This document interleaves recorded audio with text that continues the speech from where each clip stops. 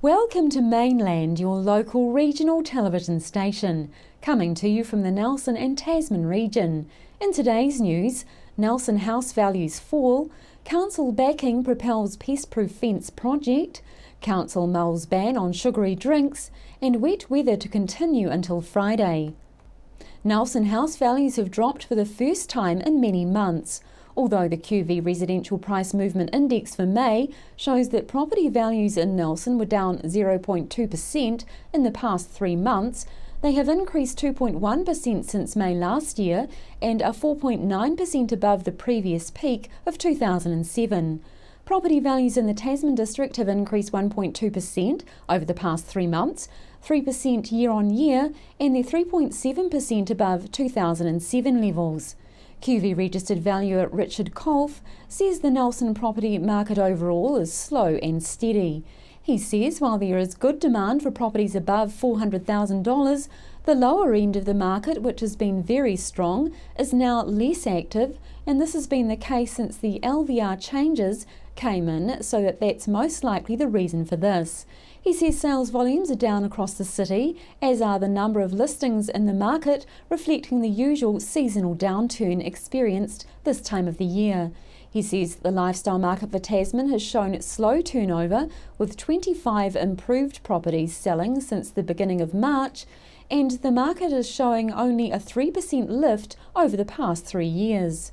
He says the Nelson lifestyle market to the north of the city has been very quiet recently, and in fact there have been no confirmed sales reported there over the past 3 months.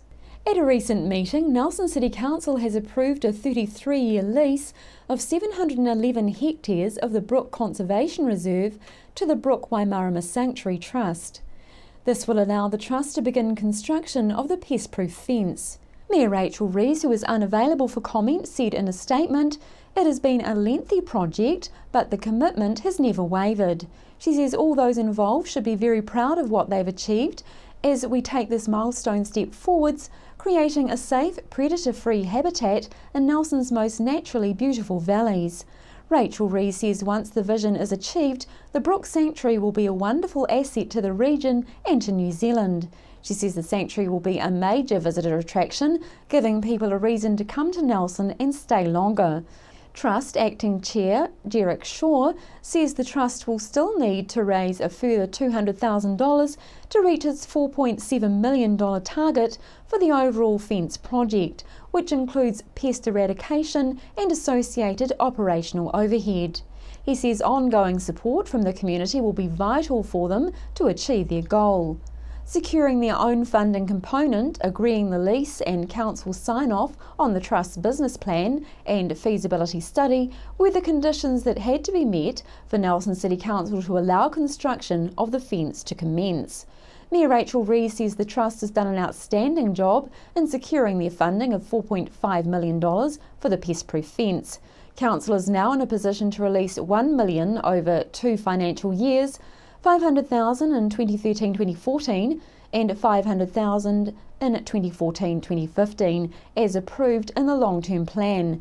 Tasman District Council has also approved the release of its share of funding towards the project. That's $300,000 over 2 years. Mayor Richard Kempthorne says the Tasman District Council committed its support for this initiative 5 years ago, subject to similar conditions imposed by our counterparts in Nelson.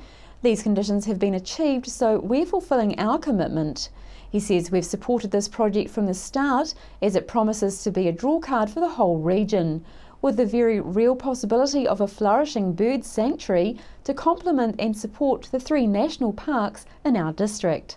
Following the lead taken by the Nelson Marlborough DHB to introduce healthier drink options at all their sites, Mayor Rachel Rees has asked councillors Fulton and McGurk through the Planning and Regulatory Committee to investigate doing something similar for the council sites. Mayor Rees says having met with Dr Rob Beaglehole, Principal Dental Officer, and Mr Chris Fleming, Chief Executive of the Nelson Marlborough DHB, she believes they may be able to introduce an initiative for council sites too in a cost-effective and timely way. Mayor Rees says she's often said that she wants Nelson to be the best city in New Zealand to grow children, and this has to be a step towards achieving that.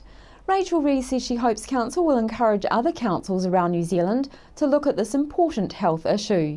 Dr Rob Beaglehole says they're highly supportive of the Mayor's initiative to introduce a policy where no sugar-sweetened beverages are sold on council-owned property or at council-sponsored events. In turn, Rag Agarwal asks members of the public for their views on banning sugary drinks. Council and district health boards are looking at banning sugary drinks on their premises. What do you think about this? It's not a bad idea, really. It helps prevent tooth decay in young kids and that sort of thing. Yeah, not a bad idea. Bit extreme, perhaps, banning. I think that's a great idea, to be honest, actually. Yeah, it's going to help with teeth, it's going to help with weight. Yeah, it's a good idea, but not around the local, no, like around the businesses around here and that, because you've got to have a drink to keep your sugar levels up.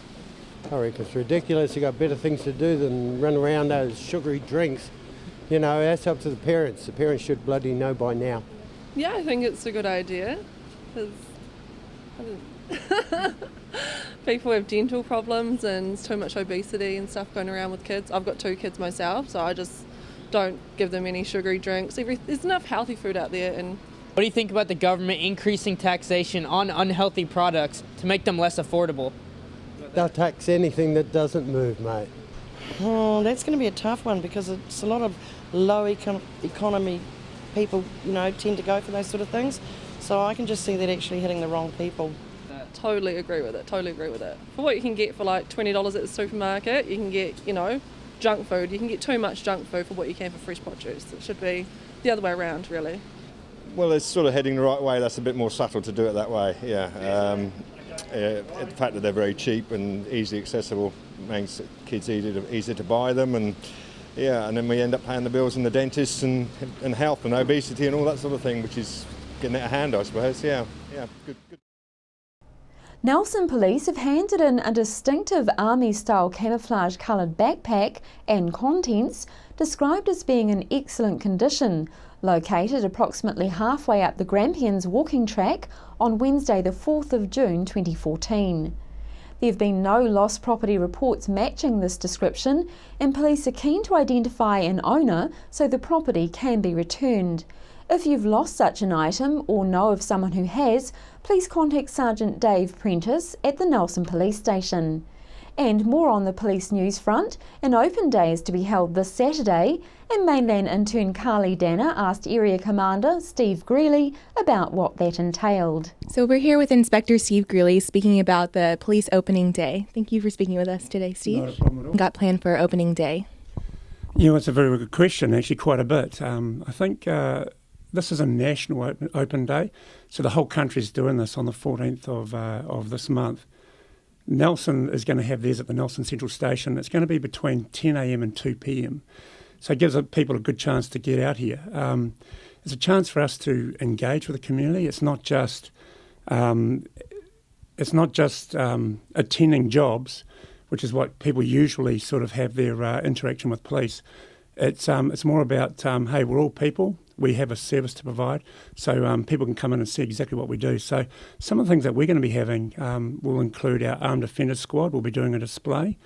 Our dog section will also do a display. There will be opportunities for young kids to go into our cell block, get a photo taken in a police cell, which could be interesting for them. But their parents take a bit of a photo. They can come out and get another photograph as if they were being arrested, so they get their little photograph on a template. They can have their fingerprints taken and they can get a set of that. There'll be badges, face painting, all sorts of things, junior detective quizzes for the kids, so it should be quite good. Our CIB, our detectives, will also do a bit of a display on serious crime. We'll also have a obstacle course for some people to have a crack at, and this is the police obstacle course that we have to go through, but it'll be much more user friendly. There's 5 obstacles, and at the end of it, there's a 40-metre sprint, I understand, where young fellas can figure out how fast they can run with our radar guns. So that'll be quite interesting for them. So there's quite a bit going on, really. It's going to be quite a large day. We'll also have our partner agencies here, and those partner agencies, things like victim support, big brothers, big sisters, they'll have a sausage sizzle and all sorts of things. So I'm really looking forward to the day. I think it's going to be a great day, and I think the last time we got about 3,000 people who turned up, which is a really, really good thing for Nelson, so it'll be great. But with the dogs, come down and have a look at that, because everybody loves the police dogs. They're awesome things, and are great members of our team. And we've got number 2 dog in New Zealand. He's the best, second best in the country. And they'll be put through their paces as well, so people can see how that goes as well, so it'll be great. When can we head out to this opening day? What time? Where? Yeah, well, it's this Saturday. It's from 10 a.m. through to 2 p.m, so it's a 4-hour window, so that gives a lot of people a good chance to get down there and have a look. Of note, though, is we're going to close a few roads off right around the station here, so parking will be on Hardy Street and a little bit further out, but still a very easy walk to get to this place. It'll be good. Look forward to seeing people here. Right, well, thank you so much. I know us at Mainland TV will definitely come out to this opening day. Great stuff. It's understood council is to potentially spend up to $100,000 to investigate the cause of the sewage leak in the Nelson Haven recently. Warning signs were put in place after an overflow of untreated sewage poured into the Nelson Haven. It came about following the failure of the Atawai rising main at Marybank, where a leaking pipe was discovered around 2 weeks ago at 2:30 on a Wednesday afternoon. The leak stopped when the Neil pump station pumps were turned off from 4 p.m. to begin repairs. Repair work started immediately, was completed at 2:30 a.m. the following morning. An estimated 1,600 cubic metres spilled from the pipeline during the repair. The storage chamber at Neil Park pump station was utilised and minimal overflow occurred from there. The public was advised not to swim or have water contact at the Haven until further notice. Rain is set to continue throughout the week in the Nelson Tasman region. Met Services advise persistent northeasterly rain, heavy about the ranges, is expected to ease late on Tuesday night. In the 12 hours until 8 p.m. Tuesday evening, expect a further 60mm to 90mm to accumulate about the Western Ranges and about 30 to 60mm in other areas. Peak rainfall rates are from 10 to 15mm per hour about the Western Ranges. After the break, we'll bring you the latest weather update and some events and happenings coming up from around the region.